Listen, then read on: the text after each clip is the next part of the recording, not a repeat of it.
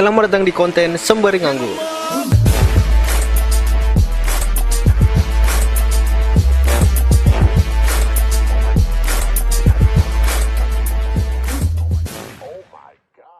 Hai guys, bertemu lagi bersama saya Tamrin di Tamrin's Channel. Gimana kabarnya semua? Mudah-mudahan baik aja. Dan di video ini saya akan membahas sebuah keresahan lagi.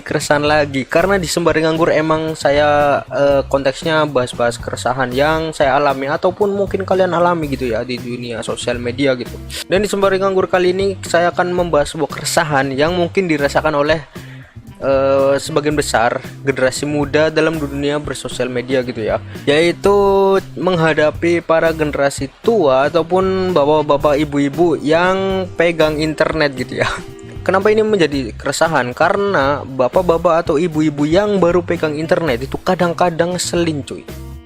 Jadi mulai dari mereka gampang banget kemakan hoax dan ngotot gitu ya, sampai kadang lebih alay dari anak mudanya sendiri cuy. Dan tentunya yang paling ngeselin itu mereka itu gampang banget kemakan hoax gitu ya. Udah kemakan, disebarin, dan kalau diingetin gitu ya, kalau diingetin sama anaknya ataupun siapa gitu, mereka itu ngotot nggak mau ngalah gitu. Padahal emang jelas-jelas itu hoaxnya receh cuy, gampang banget itu kelihatan hoax gitu ya, tapi mereka gampang banget kemakan gitu. Kalau menurut saya gitu ya, lebih mending bocil atau anak kecil yang alay di internet ketimbang orang tua yang alay cuy. Soalnya kalau anak kecil diingetin itu masih mau nurut gitu, masih mau dengerin gitu. Kalau orang tua itu maksudnya kayak bapak-bapak atau ibu-ibu, terutama ibu-ibu ya kebanyakan, yang baru pegang internet sekarang dan waktu mudanya kan belum ada tuh, dan baru pegang internet sekarang, jadi pubernya itu baru sekarang gitu. Puber di internetnya maksudnya ikutan hype kayak selfie alay gitu ya, sama pakai suka bikin video-video alay gitu ya. Itu ikut-ikutannya sekarang dan kita ngelihatnya itu aduh kok cringe gitu.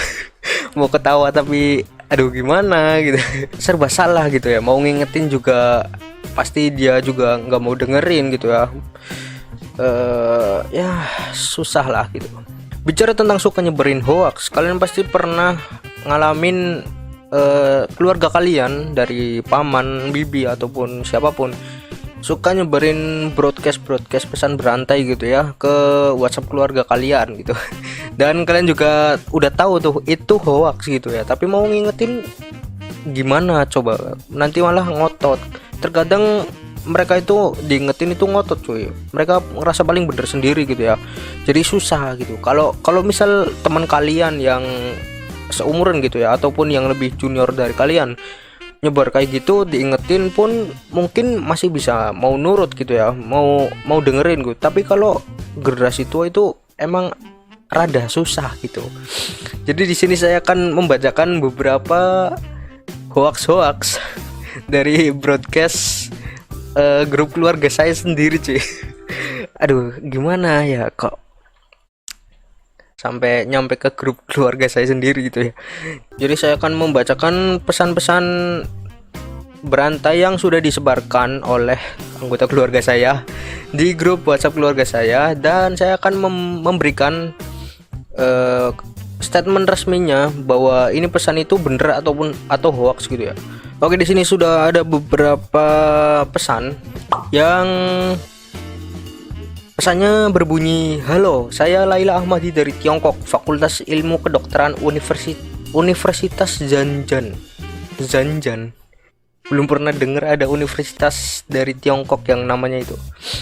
Virus corona tiba di oh, ini yang waktu itu awal-awal corona muncul di Indo gitu ya. Dan ini nyantumin nama Profesor Chen Horin, CEO Rumah Sakit Militer Beijing, anjing, mengatakan irisan lemon dalam secangkir air hangat dapat menyelamatkan hidup Anda gitu ya." Dan Dewan Profesor Chen Horin ini sumbernya nggak ada gitu ya, sumbernya nggak ada. Dan Laila Ahmadi itu siapa nggak tahu, nggak disebutin identitasnya secara jelas. Dan kalau kalian searching di Google Laila Ahmadi itu siapa dan Universitas Zanjan itu di mana, itu nggak muncul coy, nggak ada identitasnya gitu ya. Bisa aja Laila Ahmad itu mbak-mbak lewat gitu ya. Soalnya nggak kredibel, ini nggak ada sumbernya. Dan Profesor Chen Horin itu siapa nggak tahu. Kalau kalian searching itu juga nggak ada cuy.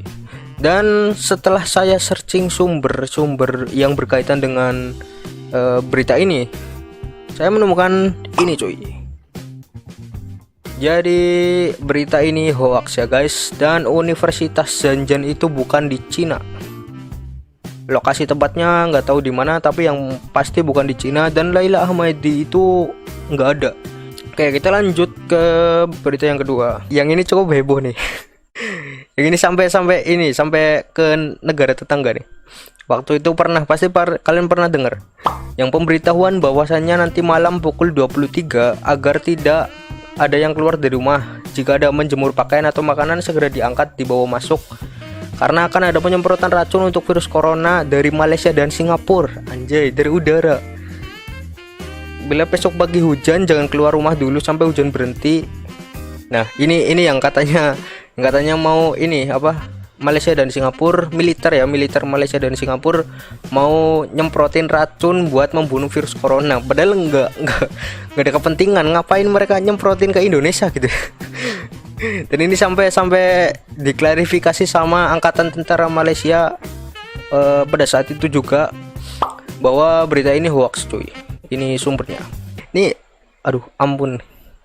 Saya ngerasa gimana ya, soalnya generasi bapak ibu ini gampang banget kemakan hoax cuy. Maksudnya kalau ada orang nyebarin info nggak jelas kayak tadi Laila Ahmad di Universitas Zanjan itu kayak saya tinggal ngarang nih nama saya, tinggal ngarang pesan aja nih, bikin aja pesan namanya sembarang aja. Itu Laila Ahmadi sama Universitas Zanjan, entah itu di mana, pokoknya tulis saja lengkap gitu, bahasanya seolah-olah formal gitu ya, dan mereka bisa langsung percaya cuy.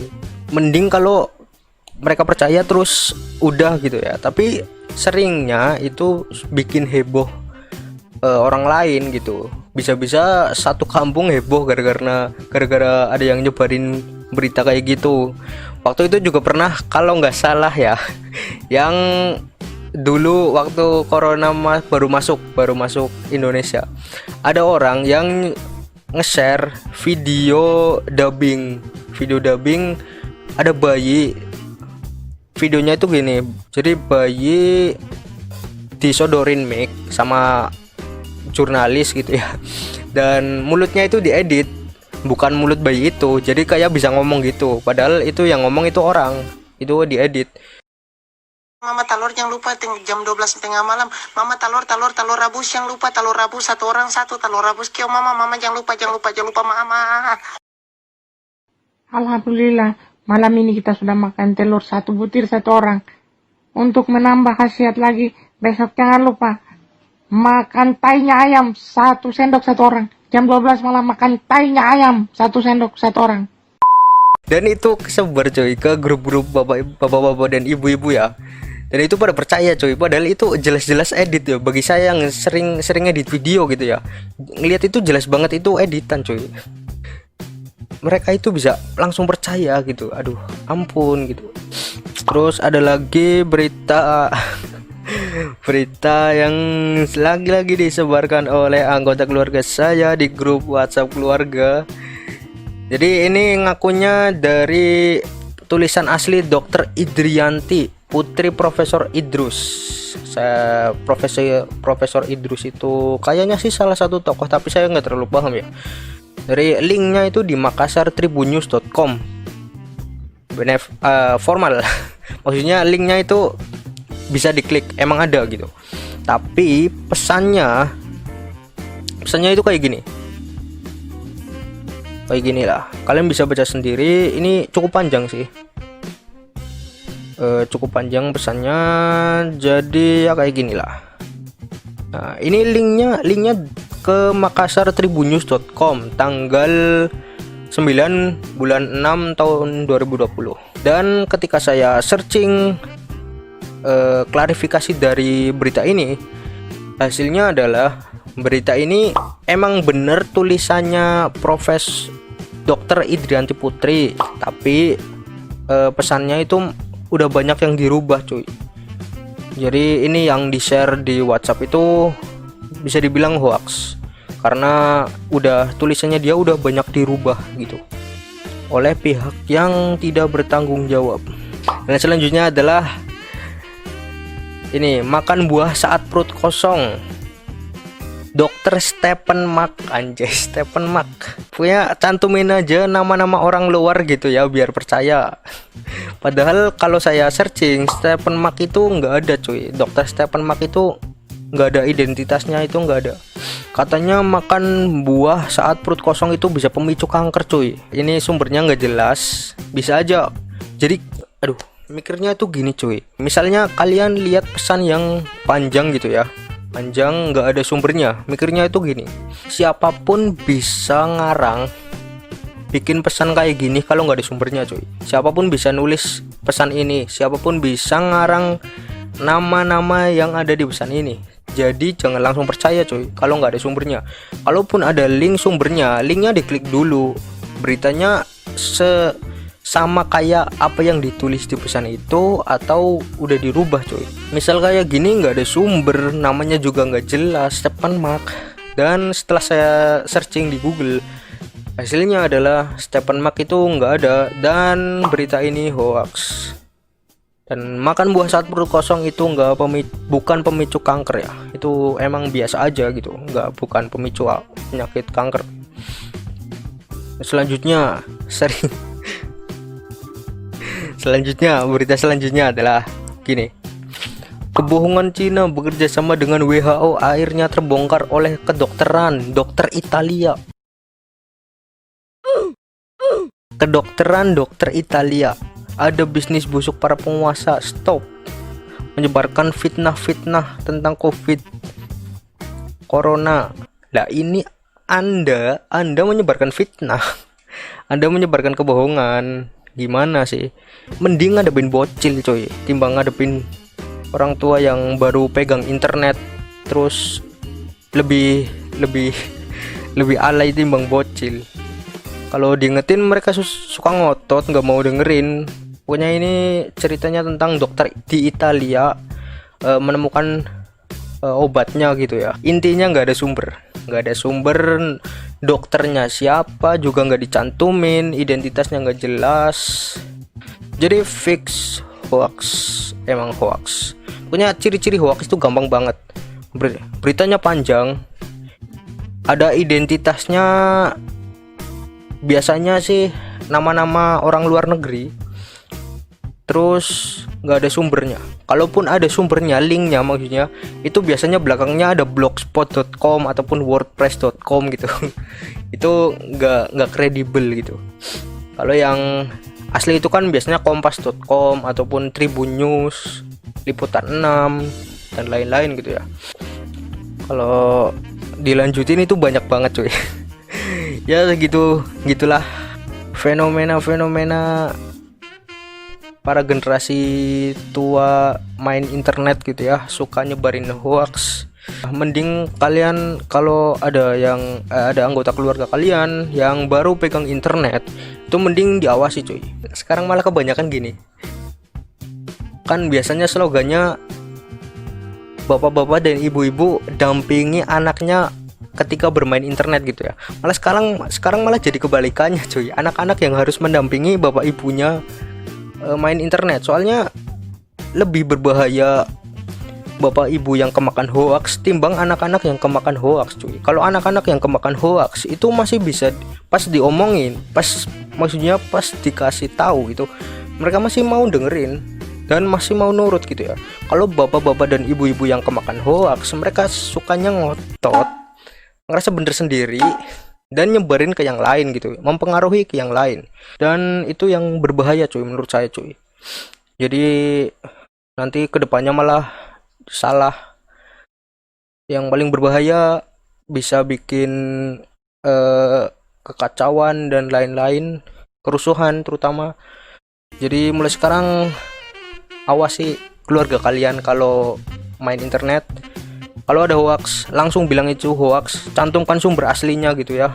Mau mereka ngotot ataupun yang penting kalian cantumkan sumber aslinya. Ini klarifikasinya gitu dari situs yang kredibel juga. Jangan kalian ngotot bikin cantumin klarifikasi tapi dari sumber yang blogspot juga gitu ya, percuma gitu ya. Kayak gitu aja sih. Itu keresahan yang saya alami selama ini sih, dari dulu juga. Oke, seperti itu aja video kali ini, keresahan kali ini. Jangan lupa follow juga Instagram saya di @tamrinschannel di sini. Linknya ada di deskripsi. Dan terima kasih telah menonton video ini. Jangan lupa klik like dan subscribe, dan tunggu video selanjutnya dari Tamrin's Channel.